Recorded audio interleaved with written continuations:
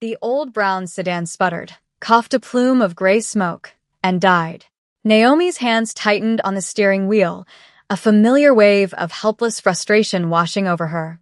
Of all the times, of all the places. The engine gave a final, pathetic shudder before falling into a dead silence, broken only by the hiss of the evening traffic on the adjacent highway. She was already 10 minutes late for her shift at the diner, and this stretch of desolate access road offered no solace. Just cracked asphalt, overgrown weeds, and the deepening twilight. She tried the ignition again. Nothing. Just a defeated click. With a sigh that carried the weight of a dozen other small, relentless struggles, she rested her forehead against the cool plastic of the wheel. Another tow truck bill she couldn't afford. Another lecture from her manager. The universe, it seemed, had a cruel sense of humor. That's when the world behind her went dark. A shadow fell over her small car, so vast and complete it felt like a personal eclipse. In her rearview mirror, she saw not one, but 3 immaculate black sedans, their tinted windows like obsidian mirrors, gliding to a silent, synchronized stop. They were the kind of cars that didn't belong on roads like this. They belonged in movies, carrying men whose names were spoken in whispers. A cold knot of fear tightened in her stomach. This was worse than a breakdown. This was trouble. The door of the lead car opened, and a man emerged. He moved with an unnerving grace, his form silhouetted against the blinding headlights. He wore a suit so perfectly tailored it seemed molded to him, a dark gray that absorbed the last of the light. As he approached, his features came into focus. Sharp, intelligent eyes, a strong jaw, and an expression of calm, impenetrable authority. He stopped beside her driver's side window, his presence alone making the air feel thicker, charged with an unspoken power. Naomi held her breath, her heart hammering against her ribs. He simply looked at her, his gaze sweeping over her worn-out car, her faded uniform of a white shirt and red apron, and finally, her face. There was no judgment in his eyes, only a quiet, unnerving assessment. The man tapped lightly on her window, the sound sharp in the sudden quiet. Naomi flinched but slowly, cautiously, rolled it down a few inches. The air that entered the car was cool, carrying the scent of expensive cologne and something else, something metallic and clean, like rain on steel. "You have a problem," he stated, his voice a low, smooth baritone with an accent she couldn't quite place. It wasn't a question. It was an observation of an undeniable fact, delivered with the same finality as a judge's verdict. "My car," she managed, her own voice sounding thin and reedy. "It won't start," he nodded once, a small, precise movement. His gaze lingered on her face for a moment longer than necessary, a flicker of something unreadable in their dark depths. It wasn't threatening, not exactly. It was searching, as if he were trying to place a half-forgotten melody. He turned and gestured to one of the men who had emerged from the other cars, a silent command that was instantly obeyed. "Pop the hood," he said to her, his attention already shifting to the task at hand. Hesitantly, Naomi pulled the latch. The man walked to the front of her car, the pristine fabric of his suit jacket pulling taut across his broad shoulders as he leaned over the smoking engine. He took off his jacket, folded it with an almost reverent precision, and handed it to his subordinate without looking. Then, he rolled up the sleeves of his crisp white shirt, revealing forearms corded with lean muscle and intricate tattoos that snaked from his wrists to his elbows. It was a startling contrast. The brutal ink against the immaculate shirt, the powerful executive suddenly looking like a mechanic. He peered into the engine bay, his focus absolute. Naomi watched, mesmerized and terrified in equal measure. This man commanded other men with a flick of his wrist, yet here he was, about to put his hands on her greasy, failing engine. He pointed at something inside. "Try it now," she turned the key. The engine choked, sputtered but didn't catch. He didn't seem discouraged. He simply leaned back in, his movements economical and sure. He worked in a focused silence, his brow furrowed in concentration. After a few minutes of tinkering, a smudge of grease appeared on his cheekbone, a stark imperfection against his flawless skin. He seemed utterly oblivious to it. He wiped his hands on a silk handkerchief he pulled from his pocket, staining the fine fabric black without a second thought. "Again," he commanded. She twisted the key, And this time, with a roar and a shudder, the engine turned over. It wasn't a healthy sound, but it was alive. Relief, so potent it made her dizzy, flooded through her. "Thank you," she breathed, looking at him through the windshield. "I don't know how to thank you." He walked back to her window, his expression still neutral, but those searching eyes were on her again. "Your name," he said, the words more a demand than a question. "It's Naomi." The name fell into the space between them, and something profound shifted in his face. His carefully constructed composure fractured for a split second. His eyes widened almost imperceptibly, the cool authority replaced by a flash of raw, unguarded shock. It was as if she hadn't just given him her name, but a key to a locked room in his memory. He stared at her, truly seeing her now, the shape of her eyes, the curve of her smile, the light that had always been there. He knew that light. He remembered it from a lifetime ago, a forgotten promise made under a summer sky. He straightened up abruptly, his mask of control slamming back into place, but the crack had been visible. "Get to where you're going," he said, his voice now strained tight. Before it dies again, and without another word, he turned, walked back to his car, and was gone, leaving Naomi sitting in her rumbling, miraculously resurrected car, the scent of his cologne lingering in the air, her heart pounding with a confusion that went far beyond a simple roadside rescue. The diner was a cacophony of clattering plates, sizzling grease, and the low hum of conversation. Naomi moved through it on autopilot, her body going through the familiar motions of taking orders, refilling coffee cups, and delivering plates of pancakes and fries. But her mind was miles away, stuck on that desolate access road, replaying the bizarre encounter. The man's face was seared into her memory, the intensity of his gaze, the smudge of grease on his cheek, and that shocking moment of recognition when she'd said her name. Who was he? And why had he looked at her like he was seeing a ghost?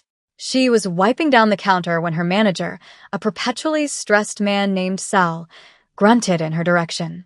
"You're quiet tonight, Naomi. Everything okay?" She forced a small smile. "Just tired, Sal." "Long day," he nodded, already distracted by a backed-up ticket order. She was grateful for the reprieve. How could she possibly explain it? That a man who looked like he owned half the city, flanked by silent bodyguards, had stopped to fix her beater car with his bare hands? It sounded like a scene from a movie, not a Tuesday night in her life. The bell above the door chimed, and she looked up, her practiced "Welcome to Sal's" dying on her lips. It was him. He stood in the doorway, his imposing frame seeming to shrink the cozy, cluttered space of the diner. He had changed out of the gray suit and into dark trousers and a simple black cashmere sweater that did nothing to soften his formidable presence. His men were nowhere in sight. He was alone, and somehow that was even more intimidating. His eyes scanned the room, bypassing the other customers, the worn linoleum floors, the kitschy decor, and landed directly on her. He held her gaze for a beat, then walked over to the counter and slid onto one of the cracked vinyl stools, moving with the same fluid confidence she'd seen on the roadside. The handful of other patrons seemed to shrink in on themselves, sensing the shift in the room's atmosphere. A nervous silence fell over the counter section. "Coffee," he said, his voice low and steady, pulling her out of her stupor. Black, her hands trembled slightly as she reached for a clean mug. She could feel his eyes on her, watching her every move. She filled the cup, the dark liquid sloshing over the rim, and set it down in front of him, her fingers brushing his for a fraction of a second.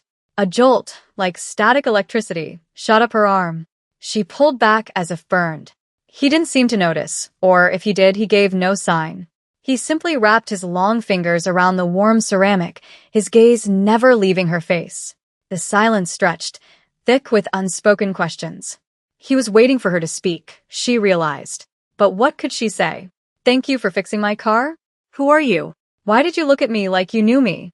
The questions swirled in her head, a chaotic storm of fear and an even more unsettling flicker of curiosity. He took a slow sip of the coffee, his expression unreadable. "This is where you work," he observed, his gaze sweeping over the diner again, this time with a more discerning eye. He noted the faded paint, the slightly sticky counters, the warm, honest smell of fried food and cheap coffee. It was a world away from his own, A universe of polished marble, hushed meetings, and the cold, clean scent of power. It's a job, Naomi replied, her voice more defensive than she intended. She started wiping the counter again, needing something to do with her hands. It pays the bills. Mostly, his eyes softened, just a fraction. You always worked hard. The words hung in the air between them, casual but loaded with a history she couldn't access. I'm sorry, she said, finally looking at him directly, her brow furrowed in confusion. Do I know you? A shadow of something, regret, perhaps, or a deep, old sadness, crossed his face. You did. A long time ago. We were kids, he paused, letting the information settle. My name is Jinwoo. The name meant nothing to her. She searched her memory, trying to connect this powerful, dangerous-looking man to any boy from her childhood. She came up with nothing. She must have looked as lost as she felt, because a faint, melancholy smile touched his lips. It was only for a year. My father was stationed here. We lived in the small blue house at the end of Maple Street, Maple Street. The name was a key, unlocking a dusty, forgotten corner of her mind. The blue house. A quiet, serious boy with dark eyes who had moved in from another country. A boy who didn't speak much English at first, who sat alone at recess. A boy she had shared her lunch with, teaching him the names of her favorite cartoon characters. Jinwoo. Little Jinwoo, who had cried the day his family moved away, making her promise she would never forget him. Oh my God, she whispered, her hand flying to her mouth. The memories came flooding back in a rush of disjointed images, building a wobbly fort out of cardboard boxes, sharing a single popsicle on a hot summer day, his small hand in hers as they crossed the street. He had been her first friend, her closest confidant for one brief, sun-drenched year before he had vanished from her life as suddenly as he had appeared.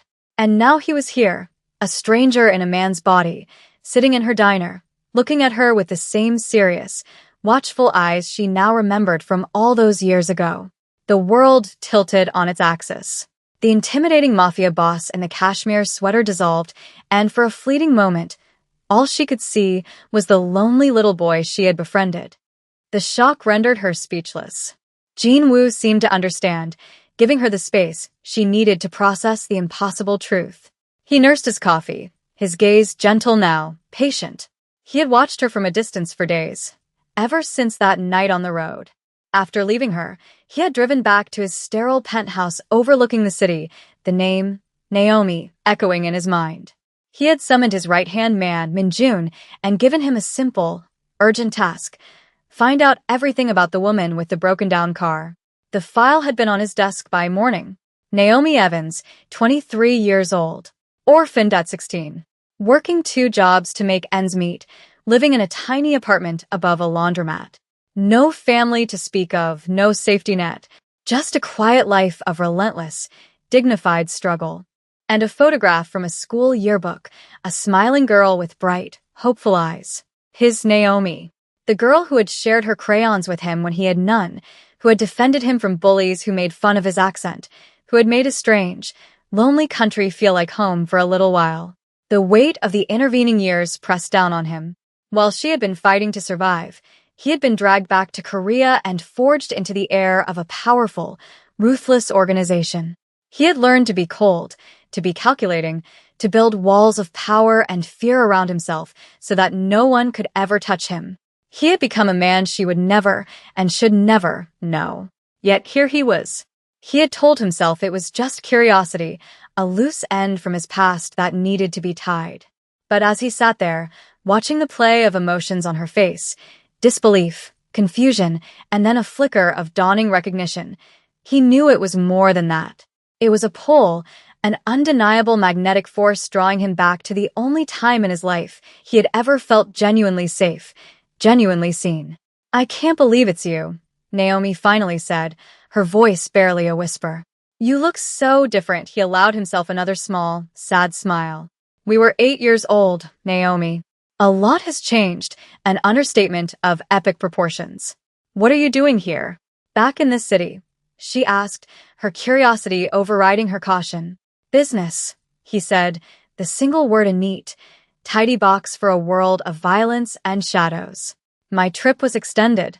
I didn't expect to. I didn't know you were still here. It was a lie, of course. He had known exactly where she was for the past week. But he couldn't tell her that. He couldn't tell her that he'd had his men watch over her from a distance, ensuring she got to and from work safely, that her car was discreetly replaced with a reliable, newer model that had appeared in her apartment's parking spot with an anonymous note saying it was a lottery win.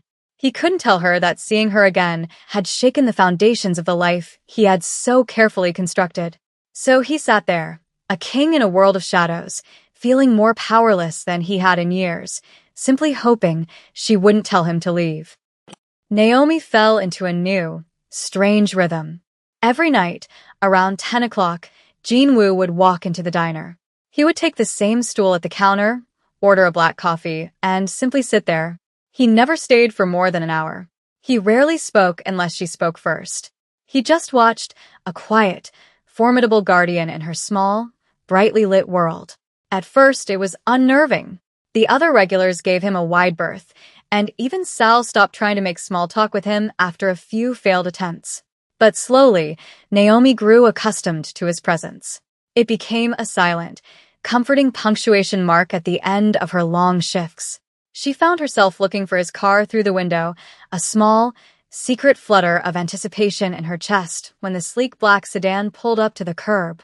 They started to talk more, their conversations like building a fragile bridge across the vast chasm of their two lives.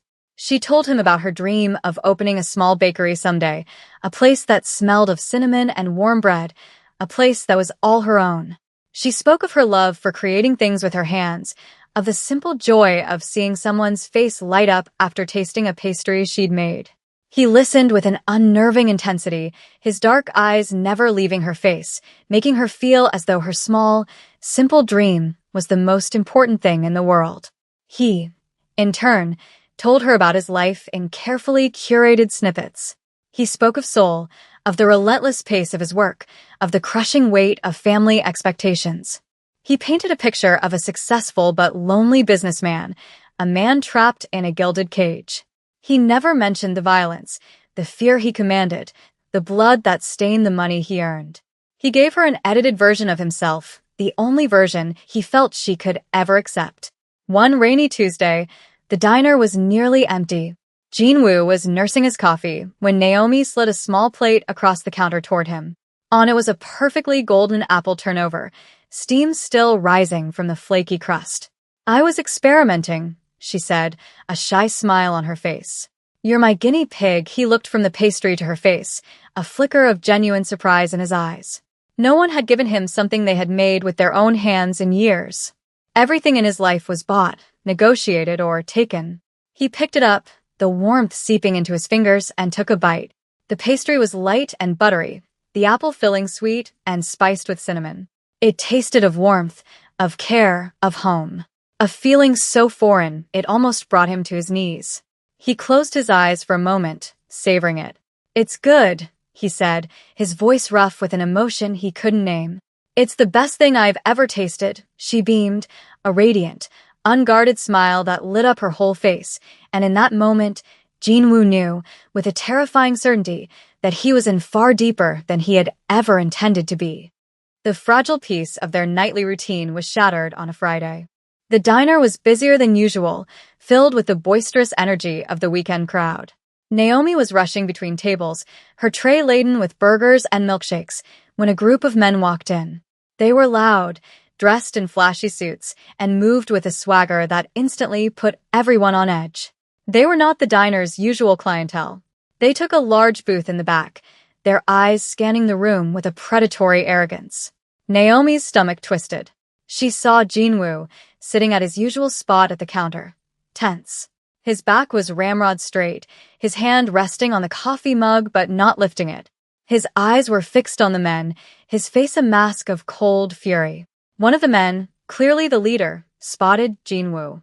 A slow, cruel smile spread across his face. He said something to his companions, and they all laughed, a harsh, unpleasant sound. The leader then stood up and started walking toward the counter, his path taking him directly past the station where Naomi was refilling salt shakers. As he passed, he deliberately bumped into her, hard. The shakers went flying, salt scattering across the floor like snow. Watch where you're going, sweetheart, he sneered, his eyes raking over her in a way that made her skin crawl. Before she could even react, Jinwoo was on his feet. He moved with a silent, lethal speed that was terrifying to behold.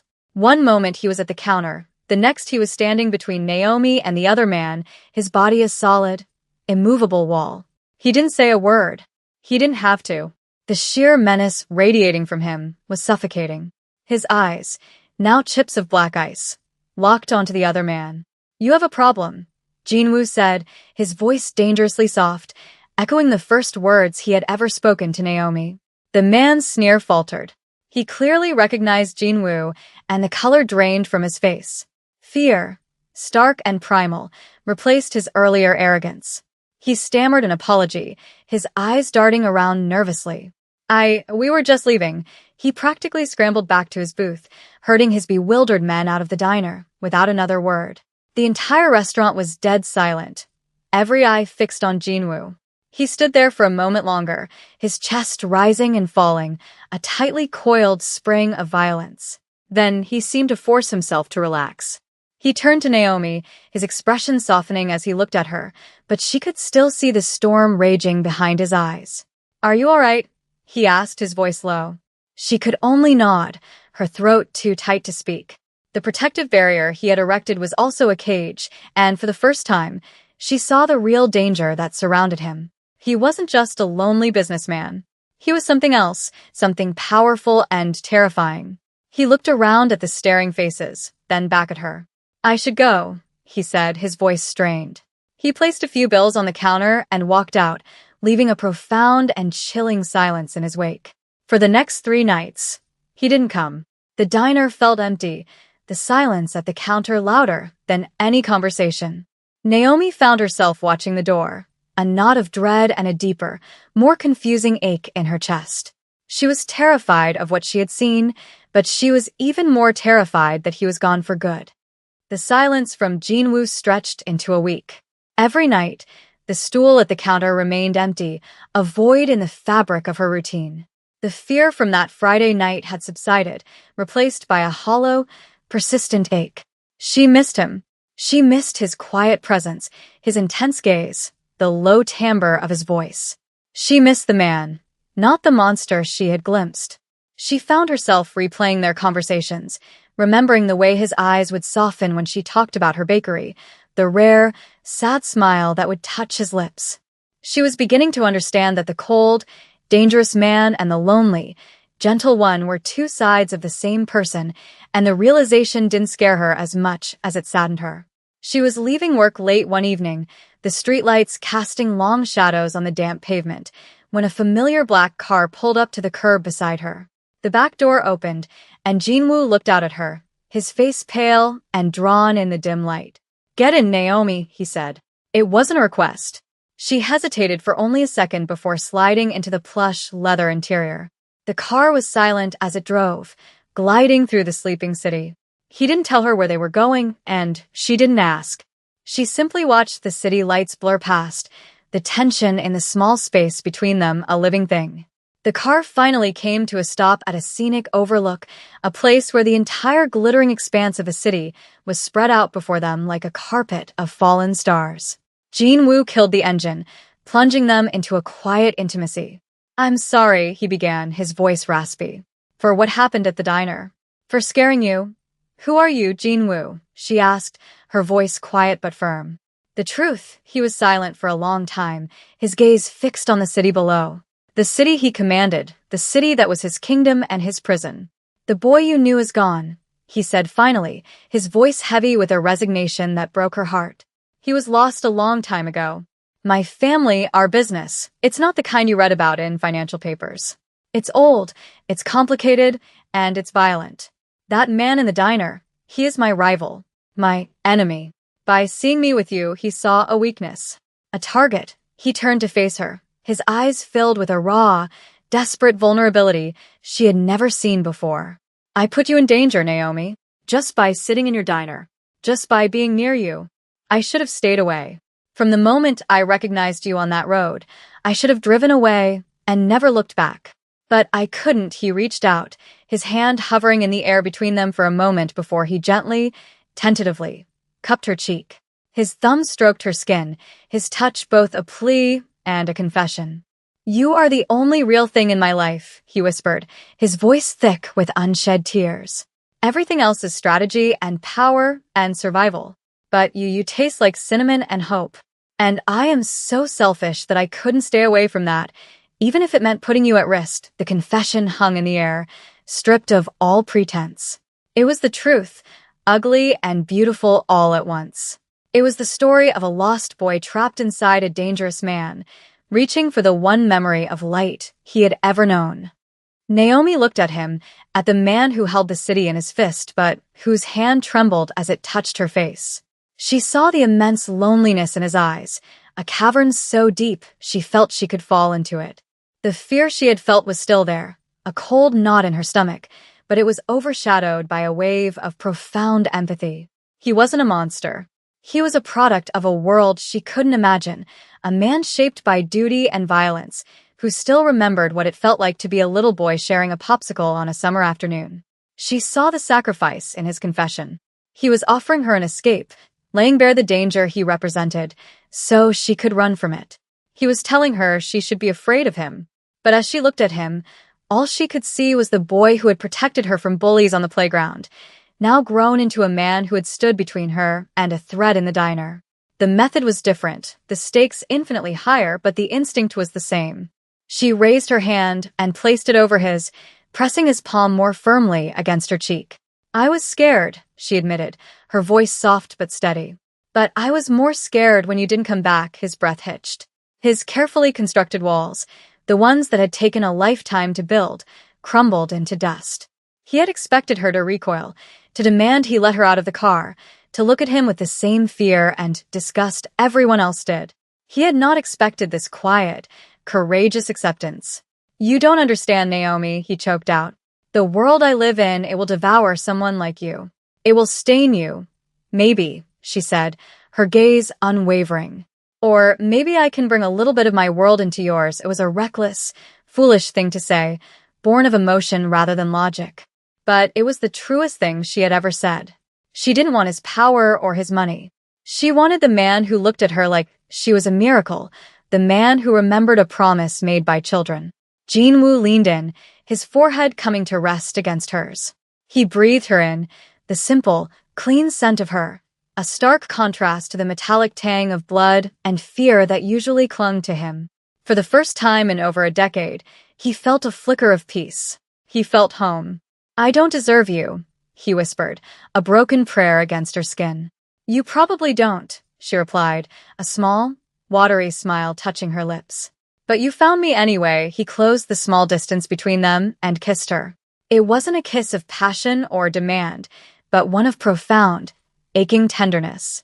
It was a kiss that tasted of desperation and relief, of years of loneliness and the fragile, terrifying hope of a new beginning. It was the meeting of two worlds, not with a clash, but with a quiet, reverent surrender. In the silence of the car, high above the glittering, oblivious city, a lost boy finally found his way back. 6 months later, the air smelled not of expensive cologne or diner grease, but of yeast, sugar, and melting butter. The late morning sun streamed through the large front window of Naomi's Needs, illuminating the motes of flour that danced in the light. The bakery was small, intimate, with warm wooden tables and the gentle hum of a cooling rack full of fresh croissants. It was her dream, realized in brick and mortar. Naomi, her hands dusted with flour, was kneading a large ball of dough on a marble countertop, her movements rhythmic and practiced. She was so focused on her work that she didn't hear the bell above the door jingle. A pair of strong arms wrapped around her waist from behind, and a familiar chin rested on her shoulder. "It smells incredible in here," Jinwoo murmured into her ear, his voice a low rumble that sent a pleasant shiver down her spine. She leaned back against his solid frame, a contented smile on her face. "You're late for your lesson, Mr. Kwan." "This brioche won't knead itself," he chuckled, the sound warm and genuine. He looked different here. The severe suits were gone, replaced by soft jeans and a simple gray t-shirt. The constant tension that had once radiated from him had eased. The hard lines around his eyes and mouth softened. He was still formidable, still powerful. That would never change, but in this small, sunlit space, he was just Jinwoo. He reached around her, placing his large hands over hers on the dough. "Show me again," he said. "I'm a slow learner." She guided his hands, showing him how to fold and press, to feel the life in the dough.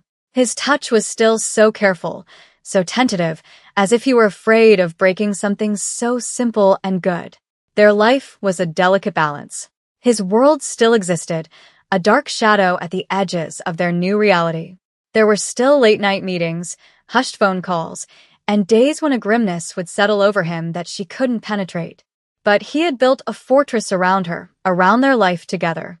The men who had once been his intimidating guards were now discreet figures who watched the bakery from a distance, ensuring no threat ever crossed its threshold. He had carved out this small pocket of peace and light for them, and he defended it with the same silent ferocity he applied to the rest of his empire. He was learning to live in her world, just as she was learning to accept the existence of his. He loved watching her work, loved the focused, serene expression on her face as she created. He found a peace in the simple, honest labor of it that his own life had never offered. He had bought her this bakery, a grand gesture he had been nervous to make, afraid it would feel like a transaction. But she had accepted it with tears in her eyes, not as a gift of money, but as a gift of faith. He had given her a future, and she, in turn, had given him a present worth living in. As their hands worked the dough together, he turned his head and kissed the side of her neck. "I love you," he whispered, the words no longer feeling foreign or difficult. They felt as natural and essential as breathing. Naomi stopped kneading and turned in his arms to face him, dusting a small smudge of flour on his nose. "I love you, too," she said, her eyes shining.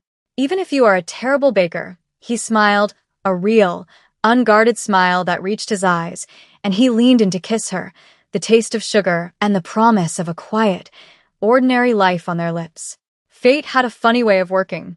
It had separated two children, sent them down wildly different paths of hardship and power, only to crash them back into each other on a lonely road. It was a second chance neither of them had known they were waiting for, a quiet homecoming for two souls who had long ago promised they would never forget.